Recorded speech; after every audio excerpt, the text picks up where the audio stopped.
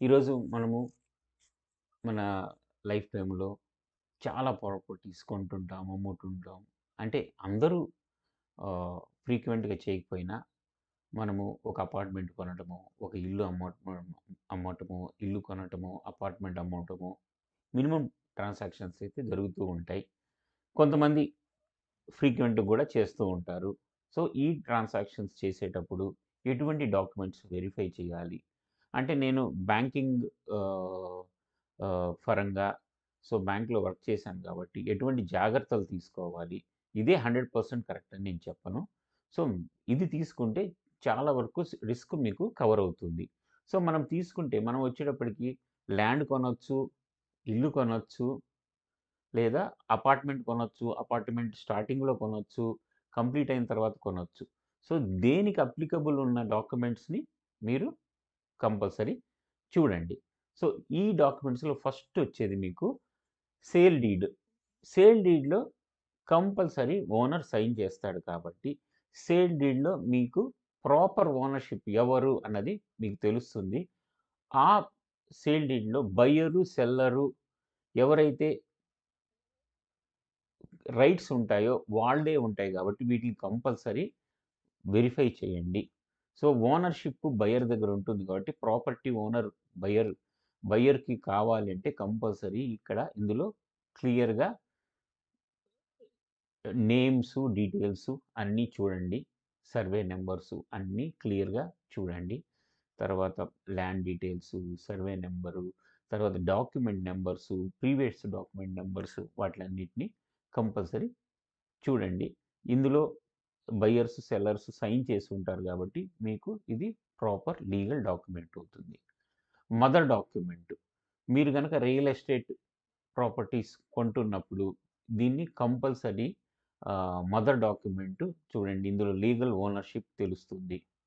ఇది ఈ ట్రాన్సాక్షన్స్‌లో real estate companies properties develop చేసి అమ్మేటప్పుడు ఇది చాలా ఇంపార్టెంట్ డాక్యుమెంట్. Mother document. దీన్ని కంపల్సరీ చూడండి. ఇందులో మీకు ఓనర్‌షిప్ అనేది క్లియర్‌గా తెలుస్తూ ఉంది. తర్వాత అగ్రీమెంట్ ఆఫ్ సేల్. సో, ఒక సేల్ చేసినప్పుడు ఒక రియల్ ఎస్టేట్ కంపెనీ వాళ్ళు ఒక అగ్రీమెంట్ చేస్తారు. దీన్ని కంపల్సరీ క్లియర్‌గా చూడండి. దాని తర్వాత బిల్డింగ్ గాని, అపార్ట్మెంట్ గాని, బిల్డింగ్ అప్రూవల్ ప్లాన్ ఉంటుంది. అది ప్రాపర్‌గా అప్రూవ్డ్ అయిందా లేదా? కన్సర్న్డ్ అథారిటీ నుంచి సైన్ అయిందా లేదా? దాని తర్వాత ఇది లీగల్ డాక్యుమెంటా కాదా? కంపల్సరీగా చూడండి. అందులో ఉన్న డీవియేషన్స్ అన్నీ క్లియర్‌గా కనపడతాయి. దాని తర్వాత position letter, occupancy certificate. For example మీరు గనక ప్లాట్ కొంటూ ఉంటే మీరు ఆక్యుపెన్సీ సర్టిఫికేట్ తీసుకోవాలి. పొజిషన్ సర్టిఫికేట్ అంటే ఇళ్ళకైతే పొజిషన్ సర్టిఫికేట్ తీసుకోవాలి. ఇది అంటే కంప్లీట్ అయిన వాటిలకైతే. కంప్లీట్ కాని వాటికైతే మటుకు ఇది అప్లికబుల్ కాదు. మీకు ముందే చెప్పాను నేను. సో, కొన్ని స్టార్టింగ్‌లో ఉండొచ్చు. కొన్ని కంప్లీట్ అయ్యి ఉండొచ్చు. సో, మీ అది ల్యాండా, అపార్ట్‌మెంటా ఏ స్టేజ్‌లో ఉన్నదాన్ని బట్టి మీరు కంపల్సరీ వెరిఫై చేసుకోండి. Completion certificate. ఇది లీగల్ డాక్యుమెంటు. ఆహ్, కాంపిటెంట్ అథారిటీస్ నుంచి ఇదొస్తుంది. కంప్లీషన్ సర్టిఫికేట్ అనేది లీగల్ డాక్యుమెంట్. ఇది కంపల్సరీగా వెరిఫై చేయండి. ఖాతా సర్టిఫికేట్. ఇప్పుడు మీకు కర్ణాటకలోకెళ్తులోకి ఖాతా అంటారు. కొన్ని దగ్గర పాస్‌బుక్ అంటారు.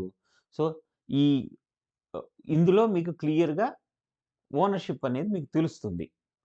ఆ ఓనర్‌షిప్, ఆ పేర్లు మీకు మళ్ళీ కర్ణాటకలో ఎళ్ళేటప్పుడు ఏ ఖాతా, బి ఖాతా ఇవన్నీ గూడా మీకు కంపల్సరీ తెలుస్తాయి. దీంతో పాటు మీకు వీలవుతే ఆహ్, water connection, trade license, building license ఇలాంటివి గూడా వెరిఫై చేయండి. Allotment letter.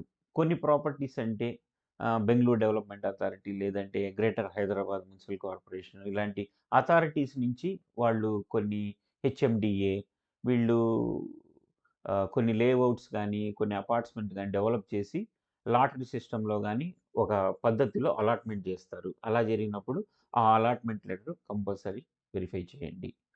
Property tax already గనక అపార్ట్మెంట్ గానీ, ఇల్లు గానీ ఎవరి దగ్గర నుంచైనా కొంటుంటే వాళ్ళు ప్రాపర్టీ ట్యాక్స్ కట్టారా? ఆ ప్రాపర్టీ ట్యాక్స్‌లు ఎప్పటివరకు కట్టారు? వాళ్ళ పేర్లు, ఆ చలాన్ మీద వాళ్ళ పేర్లు కంపల్సరీ వెరిఫై చేయండి. దీంతో పాటు వీలైతే ఎలక్ట్రిసిటీ బిల్లులో కూడా మీరు పేరు వెరిఫై చేయండి. ఎంకమ్‌లస్ ఈసీ అంటారు. మీరు తెలంగాణలో చూస్తే కంపల్సరీ ఈసీలో మీకు ఓనర్‌షిప్ అనేది తెలుస్తుంది. ఎవరు ఎవరికి అమ్మారు? సో, ఏ పాత వాళ్ళెవరు? కొత్త వాళ్ళెవరు? సో, కొన్ని ఏమవుతుందంటే ఫ్రాడ్స్ జరిగినప్పుడు కూడా అన్ని డాక్యుమెంట్స్ వెరిఫై చేసినప్పుడు కొన్ని డాక్యుమెంట్స్‌లో బయట పడిపోతాయి. ఎందుకంటే కొన్ని డాక్యుమెంట్స్‌ని వాళ్ళు చేంజెస్ చేయలేరు. కాబట్టి మీరు కంపల్సరీ ఈ ఈసీలో కంపల్సరీ చూడండి. పాత ఓనర్ ఎవరు? కొత్త ఓనర్ ఎవరు? కొత్త ఓనర్ నుంచి మనం కొంటున్నామా? లేదా? అన్నది మీకు క్లియర్‌గా తెలుస్తుంది. ఇందులో గనక అతను ఈ ప్రాపర్టీ మీద ఏదైనా లోన్ తీసుకున్నా ఇలాంటివన్నీ కూడా ఇక్కడ మీకు తెలిసిపోతాయి. Link documents. సో, అవి అసలు ఈ ఓనర్‌షిప్ ఎలా వచ్చింది? అంటే వాళ్ళ ఫోర్ ఫాదర్స్ నుంచి వచ్చిందా? లేదా కొన్నారా? లేదా ట్రాన్స్‌ఫర్ జరిగాయా? లేదంటే గిఫ్ట్‌గా వచ్చిందా? ఇంకేదన్నా వచ్చిందా? ఎలా వచ్చింది? లేదా గవర్నమెంట్ అలాట్‌మెంట్‌లో వచ్చిందా? So, link document 10-14 years link document ఉంటే వీటిలన్నిటిని కంపల్సరీ వెరిఫై చేయండి. Site plan. సో, పెద్ద పెద్ద ఆహ్, అదేంటి అపార్ట్మెంట్స్‌కి, పెద్ద పెద్ద వెంచర్స్‌కి కంపల్సరీ సైట్ ప్లాన్ ఉంటుంది. ఇది ఆహ్, అప్రూవ్డ్ ప్లాన్స్‌ని మీరు సైట్ ప్లాన్‌ని వెరిఫై చేయండి. తర్వాత కొన్నిసార్లు ఏమవుతుందంటే బీఆర్ఎస్ అండ్ ఎల్ఆర్ఎస్ తెలంగాణలో చూస్తే building regulation scheme, layout regulation scheme. అంటే మనము యాస్ పర్ అప్రూవ్డ్ కంటే మనము ఎక్స్‌ట్రా కట్టడం గానీ, ఫ్లోర్స్ ఎక్కువేయటం గానీ, డీవియేషన్ చేయటం వల్ల గానీ, ఇలాంటివి ఉన్న వాటిని కంపల్సరీ ఈ స్కీమ్స్ కింద అమౌంట్ కట్టి రెగ్యులరైజేషన్ చేసుకుంటే అలాంటివి మీకు ఫ్యూచర్‌లో ఎటువంటి ప్రాబ్లమ్ ఉండదు. వీటిని కూడా వెరిఫై చేయండి. స్టాంప్ డ్యూటీలు. సో, నేను ఎగ్జాంపుల్ కోసం పర్సెంటేజెస్ ఇచ్చాను. మీరు కరెక్ట్ స్టాంప్ డ్యూటీస్ కట్టి రిజిస్ట్రేషన్ చేసుకున్నారా? డిఫరెంట్ అగ్రీమెంట్స్ అవన్నీ చూసుకోండి. లేదంటే ఫ్యూచర్‌లో ఎప్పుడైనా మార్కెట్ వాల్యూకి తగ్గ స్టాంప్ డ్యూటీ కట్టారా? లేదా? అన్నది క్లియర్‌గా చూసుకోండి. Thank you friends. నా వీడియో నచ్చితే లైక్ చేయండి. మీ ఫ్రెండ్స్‌కి ఫార్వర్డ్ చేయండి.